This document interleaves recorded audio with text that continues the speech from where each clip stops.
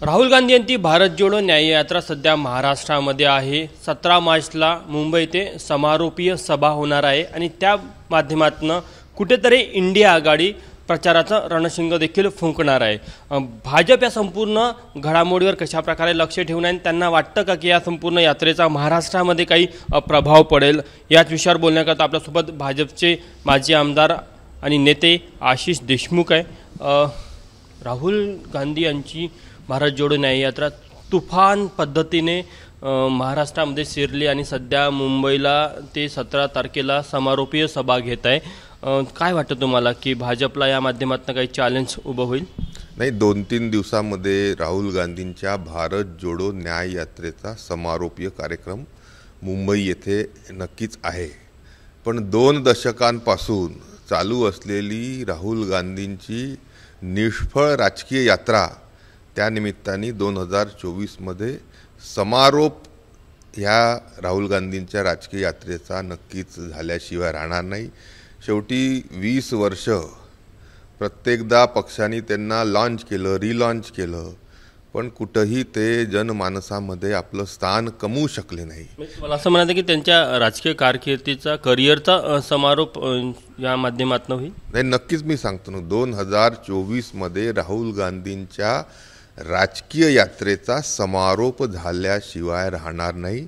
ही परिस्थिती आज आहे। राहुल गांधींना देशातील जनता स्वीकारायला तयार नाही आहे, महाराष्ट्रातील तर नाहीच नाही आहे। ते जिथं जिथं जात आहेत, नंदुरबारला गेले, तिथचे माजी पालकमंत्री वळवीजी हे भाजपामध्ये आले।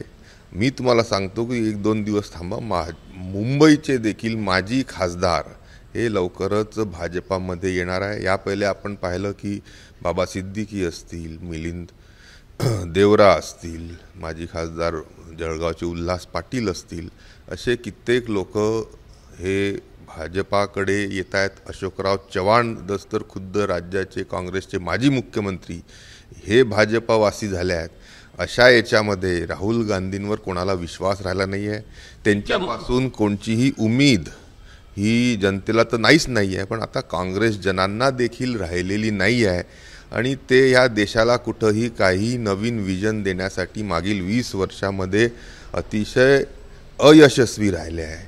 त्यांचे सवंगडी, त्यांच्या वयोगटातील सगळे काँग्रेसजन, ज्योतिरादित्य सिंधिया असतील, RPN सिंग असतील, जितेंद्र प्रसाद असतील, मिलिंद देवरा असतील, असे कित्येक नावं आहेत जे राहुल गांधींना सोडलं। का सोडलं? कारण की ते मला एक सांगा, एवढ्या मोठ्या प्रमाणामध्ये त्यांच्या सभेला गर्दी होण्याचं, त्यांच्या यात्रेमध्ये लोक सहभागी होतात, ते तर भाजप नाकारू शकत नाही। नाही, बघा, आम्ही देखील जोडो यात्रा पाहिली आहे। सर्व दूरवरून काँग्रेस जण गाड्या भरून भरून तिथं जातात आणि तिथेच ते ओरडतात आणि त्यांच्या समोरचे 50-100 लोक त्यांना इको करतात त्यांचा आवाज। पण काहीही परिणामकारक बदल या राज्यामध्ये, देशामध्ये राहुल गांधी करू शकत नाही। किंबहुना काँग्रेस पक्षासाठी परिणामकारक काही ते करू शकतील असा मुळात विश्वासच काँग्रेस जनांना राहिला नाही आहे। आणि म्हणून मी म्हणतो की 2024मध्ये राहुल गांधींची राजकीय यात्रा ही संपलेली आपल्याला दिसेल। मला एक सांगा, तुम्ही म्हटले की माजी खासदार मुंबईचे काँग्रेसचे भाजपमध्ये प्रवेश करणार आहे। विदर्भात काय स्थिती आहे? विदर्भातले देखील काही लोक भाजपमध्ये यायचे इच्छुक अशी चर्चा आहे। नाही, जसं की आमचे नेते देवेंद्रजी फडणवीसांनी सांगितलं आहे की आगे आगे देखो होता है क्या, म्हणून घोडा मैदान जवळ आलेला आहे। निवडणुका लवकरच जाहीर होणार आहे। आमच्या पक्षाने त्यानिमित्ताने काल महाराष्ट्रातील 20 खासदारांच्या तिकिटा जाहीर केल्या आहे।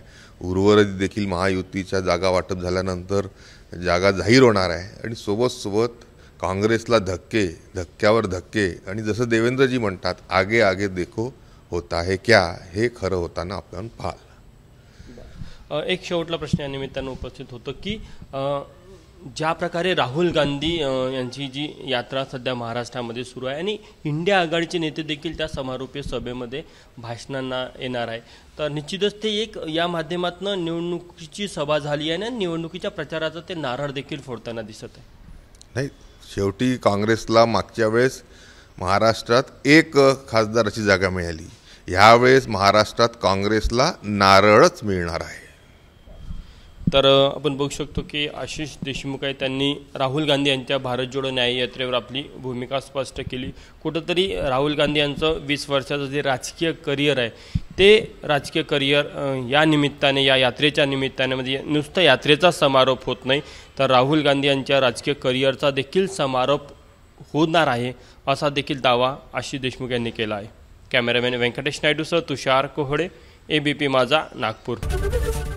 ABP माझा, उघडा डोळे बघा नीट.